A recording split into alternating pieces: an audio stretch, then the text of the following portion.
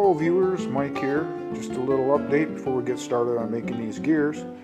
When I first discovered this problem in this transmission and realized I needed to get some gears, I got a hold of the technician at Doall and discussed it with him a little bit, and he was kind enough to send me the prints for the two gears that I need. And I did work with some gear manufacturers, some gear cutter guys, and you know, I just couldn't get my head around spending that much money there. So I decided to make these gears, and what I discovered in going through the dimensions on this is that the dimensions didn't match the standard gear calculations that I did that I got out of the book. And for reference, I use these two books. This is my 17th edition Machiner's Handbook, and this little Thus Pocket Mechanics book that I use probably more than anything on my day-to-day work. And so I just can't get my head around getting started on cutting steel until everything is balanced in my head. You know, I'm kind of a visual guy, and you know, the numbers have to match, and I have to be able to see exactly in my head what's going to take place, and the numbers just weren't matching. So in studying this print a little bit closer, you know, basically says tooth profile has been modified to prevent undercutting of pinion teeth. Okay, so I don't know what that meant. So I did some research online to see what the heck is profile shifting, and there is a phenomenon that occurs with very small pinion gears. The gear teeth tips will drag on the inside of the pinion teeth, and so what you do is basically, if I understand it fully, basically you make the pinion teeth longer and the gear teeth shorter. So anyway, so I went through and I modified the dimensions here to accommodate that, and I think I've got that worked out. I think I'm just about ready to start cutting the first aluminum gears, and we'll put it on this little test block that I made here, and we'll put these are the old gears. Again, these are helix gears, and the pinion gear will go in here, and we'll test it to see if it engages correctly. And by the way, I'm not a gear guy. I don't profess to be an expert at this. I've cut one gear in my life, and that was when I was 16 years old. And that was a good number of years ago. So basically, I'm a tool and die maker, and tool and die makers pretty much don't cut gears. That's what you have general machinists for. So anyway, so this is a new experience for me, but I have a lot of confidence that everything will come out pretty well. And this was for my new YouTube friend, Steve Avis. And Steve, I did a little bit of testing on starting to work on this paint and trying to get the old paint off, and I just put some primer on this one. I did some work on this. It's pretty rough, so it's going to take a lot more work. It looks like an Adobe finish.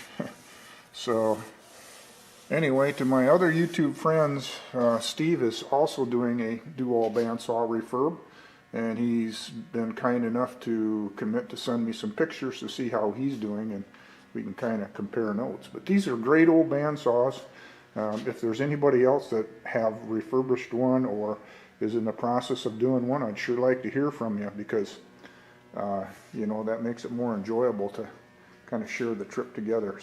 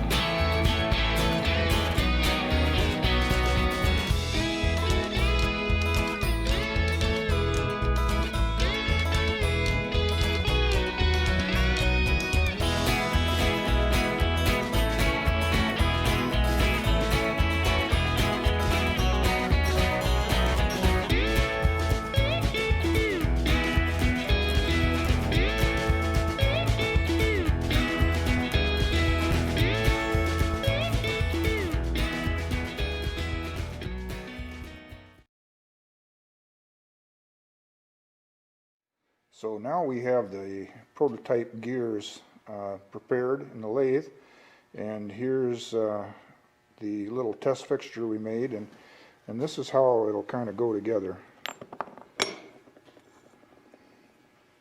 This little knob here pins the gear on, and then the pinion will fit in here. Come on, little guy. And then when there's teeth there, then we'll be able to check the mesh. So I guess next time we'll be cutting gear teeth. So thanks for watching, thanks for subscribing, and we'll see you next time. So long.